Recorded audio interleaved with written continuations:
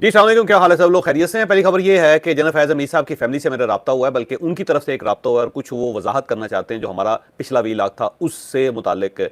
किससे राब्ता हुआ, क्या वजाहत है, ये मैं आगे चल के फैज़ हमीद साहब की फैमिली से मेरा राब्ता हुआ है और राब्ता उनकी तरफ से हुआ है और कुछ वजाहतें उन्होंने दी हैं। ये वजाहतें मैं आगे चल के आपके सामने रखूंगा, इससे स्टोरी मजीद अनफोल्ड होगी और जनरल फैज़ हमीद साहब के ऊपर हम आगे भी आने वाले दिनों में कुछ गुफ्तगू करते रहेंगे, जिससे आपको पता चलेगा कि माजी में क्या क्या होता रहा है। वो सिर्फ मैं आऊँगा, लेकिन उससे पहले कुछ छोटी छोटी चीज़ें जो आपके सामने रखनी है। एक तो ये कि इमरान खान साहब की बहनों के साथ पुलिस ने मिस हैंडलिंग की है। मेरा ख्याल है ये बड़ी ज्यादती है।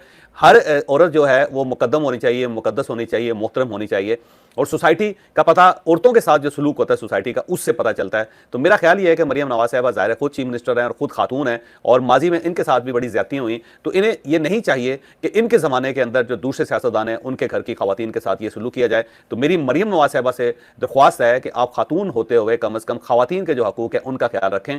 पुलिस ने जो मिस हैंडलिंग की है उन खवातीन के साथ वो ज्यादती है, ये नहीं होनी चाहिए। आपने केस लड़ना है, आप केस लड़ें, आपने सियासत करनी है, आप सियासत करें, लेकिन इस तरह अगर खवातीन के साथ मिस हैंडलिंग होगी तो फिर कल को दोबारा आपके साथ भी ये वक्त आएगा और उस वक्त फिर आप दोबारा इस प्रोसेस से गुजरेंगी। तो मेरा ख्याल ये है कि माजी से इंसान को सीखना चाहिए। तो मरियम नवाज साहबा को फौरी तौर पर पुलिस के खिलाफ एक्शन भी लेना चाहिए और ये इंश्योर करना चाहिए कि आइंदा इमरान खान साहब की फैमिली की किसी औरत के साथ ये सलूक नहीं होना चाहिए। इसके साथ साथ डोनाल्ड ट्रंप ने कल इंकशाफ किया, बल्कि उसने कहा कि मुझे मियां शहबाज शरीफ साहब ने फ़ोन करके ये बताया था कि आपकी जो धमकी है उसने बड़ा काम किया और उस वजह से ये जंग रुकी, वरना यहाँ पे लाखों लोग न्यूक्लियर वार की वजह से मारे जाते। डोनाल्ड ट्रंप ने बताया कि जब ये पाकिस्तान और इंडिया की जंग हो रही थी तो दोनों की तरफ से ज़्यादा शिद्दत थी और ऐसा लगता था ये दोनों एटम बम चला देंगे जिससे लाखों लोग जो हैं वो मारे जाएंगे और उसका जो इफेक्ट है वो लॉस एंजलिस तक आएगा, क्योंकि वहाँ से ज़्यादा हवाएं ईस्ट से वेस्ट की तरफ चलती हैं। तो वहां से जो हवाएं आएंगी इंडिया और पाकिस्तान से वो लॉस एंजलिस तक को मुतासर करेंगी। तो मैं खासा वरीड था। तो फिर मैंने धमकी दी पाकिस्तान और इंडिया को कि अगर आपने ये जंग ना रोकी तो मैं दोनों के ऊपर 350% टैरिफ लगा दूंगा।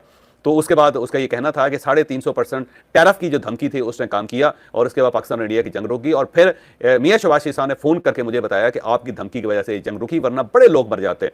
तो डोनाल्ड ट्रंप ने पहली मरतबा इंकशाफ किया है कि उसने ये जंग रोकी कैसे थी और उसने कहा जी मैं जंग रोकने के मामले में बहुत ही अच्छा हूं और मैंने 8 जंगें रुकवाई हैं। और इसी दिनों में, यानी बल्कि पिछले दिन, बल्कि जब वली अहद सऊदी अरेबिया के वहां अमेरिका के अंदर इस वक्त भी हैं, तो उनके साथ गुफ्तगू करते हुए भी उन्होंने इंकशाफ किया था कि जनाब इंडिया और पाकिस्तान की एक और जंग होने लगी थी जिसको मैंने फिर दोबारा मैंने मुदाखलत करके उस जंग को रोका। तो इसका मतलब ये हुआ कि ये जो पिछले दिनों इंडिया जो कुछ कर रहा था एक्सरसाइजेस के नाम पे, उसका ज़्यादा मकसद यही था कि वो जंग करना चाहता था पाकिस्तान के साथ और उसे भी ज़्यादा डोनाल्ड ट्रंप ने रुकवाया। डोनाल्ड ट्रंप ने कहा जी 8 जंगें मैंने जो रोकी हैं उसमें से 5 टैरिफ की धमकियां देकर रोकी हैं और अगर मैं ये धमकी ना देता तो जाहिर है फिर ये जंगें हो जाती और उससे पूरी दुनिया मुतासर होती। तो डोनाल्ड ट्रंप इस चीज़ का बड़ा प्राइड फील करते हैं और बहुत ज़्यादा इसका अवार्ड हासिल करना चाहते हैं, इजाज़ हासिल करना चाहते हैं कि मैंने जंगें रोकी। और इसमें कोई शक नहीं है कि अमेरिका अगर चाहे तो जंग होती है, अगर अमेरिका ना चाहे तो जंग रुकती है, जंग नहीं होती। ये बात दुरुस्त है और डोनाल्ड ट्रंप टैरिफ को इस्तेमाल करके इस मामले में बहुत तेज़ है और इसके साथ साथ जो एडवर्टाइजिंग कर रहे हैं वो पाकिस्तान की, वो बड़ी कमाल है।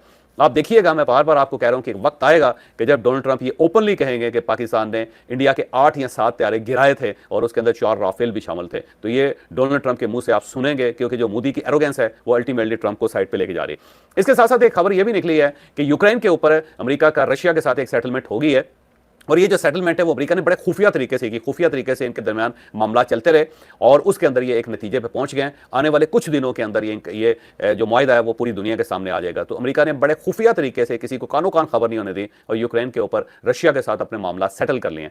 आने वाले दिनों में देखेंगे कि ये एक बड़ी खबर बनेगी।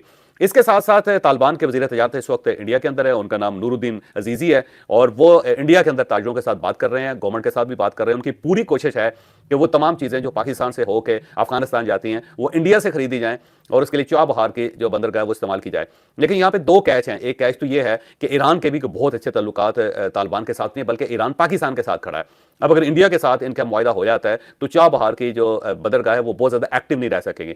और दूसरा इसके अंदर कैच ये है कि ईरान के ऊपर पाबंदियाँ हैं, तो इंडिया इन पाबंदियों के होते हुए किस तरह अपना सामान जो है वो चाबहार के जरिए इंडिया तालिबान के पास पहुंचा सकेगा, जो ज़ाहिर डिफिकल्ट है।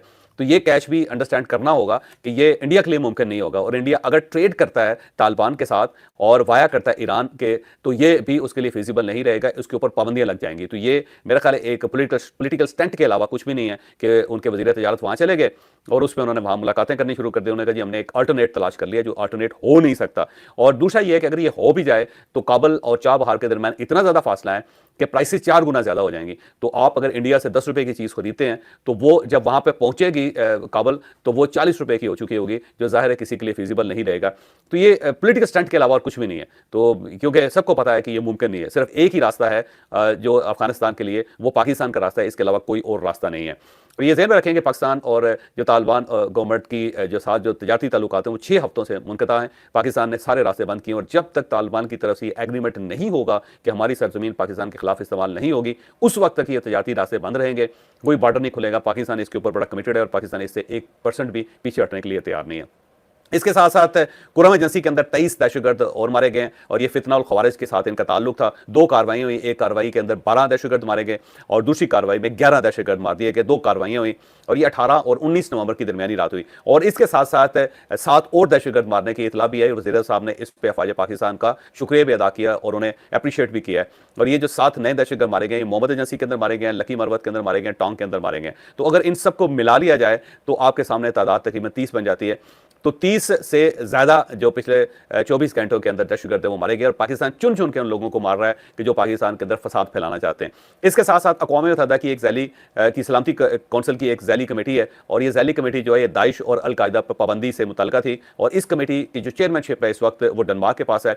तो डेनमार्क ने टीटीपी को खतरनाक तरीन एक ऑर्गेनाइजेशन करार दे दिया है और उसने कहा जी पूरी दुनिया को इससे बड़ा संगीन खतरा है, पाकिस्तान भी इसके खतरे का शिकार है और साथ साथ पूरा रीजन जो खतरे का शिकार है। तो डेनमार्क जो है वो भी टीटीपी के सामने खड़ा हो गया और उसकी पूरी कोशिश है कि टीटीपी के ऊपर इस टाइप की पाबंदी लगे कि पूरी दुनिया मिल के इसके खिलाफ को काम कर सके और मिल के इसके खिलाफ कोई कार्रवाई कर सके। तो ये पाकिस्तान की बहुत बड़ी कामयाबी है कि सलामती कौंसिल के अंदर पाकिस्तान ने अपना मौक़िफ़ इतना बुलंद तरीके से पेश किया, अपने इतना फोर्सफुली पेश किया है कि अब डेनमार्क जो वो भी पाकिस्तान के साथ खड़ा हो गया। और टीटीपी के से मुतालिक डेनमार्क का अपना ये क्लेम है कि 6000 जंगजू हैं उनके, यानी 6000 उनके दहशतगर्द हैं जो पूरे रीजन के लिए अजाब बने हुए हैं और जब तक ये ख़त्म नहीं होंगे अमन कायम नहीं हो सकेगा, ना अफगानिस्तान के अंदर ना पाकिस्तान के अंदर। इसके साथ साथ जो अमेरिका, ज़ाहिर है अमेरिका ने सऊदी अरब को F-35 देने का ऐलान कर दिया है और ये बड़ा कॉन्ट्रैक्ट है। जब सऊदी अरब को F-35 मिलेंगे तो वो जो पूरे रीजन के ऊपर इसराइल का गलबा था वो खत्म हो जाएगा, क्योंकि इसराइल के पास F-35 हैं और इन्हीं के जरिए इसने कतर के ऊपर अटैक किया था। तो जो ही ये खबर निकली तो इसराइल ने एहतजाज करना शुरू कर दिया, अमेरिका को समझाना शुरू कर दिया कि अगर सऊदी अरब के पास ये टेक्नोलॉजी आ जाएगी तो सऊदी अरब पाकिस्तान को ये टेक्नोलॉजी देगा और पाकिस्तान से ये चाइना के पास चली जाएगी। तो बेहतर यह है कि आप इसको रोकें क्योंकि आपकी टेक्नोलॉजी लीक हो जाएगी। लेकिन इसके बावजूद ट्रंप जो है उन्होंने कहा जी हम तो ज़ाहिर आज़ाद मुल्क हैं और हमें नए ट्रेड फ्रेंड्स चाहिए, तो हमारे तो दोस्त सऊदी अरब हैं, तो हम तो इस मामले से पीछे नहीं हटेंगे। तो बहुत ज़्यादा रिजर्वेशंस है इसराइल को, बल्कि इसराइल ने अपनी नाराज़गी का इज़हार करना शुरू कर दिया है कि सऊदी अरब को एम्पावर कर दिया है अमेरिका ने, जो ज़ाहिर उनके लिए एक्सेप्टेबल नहीं है।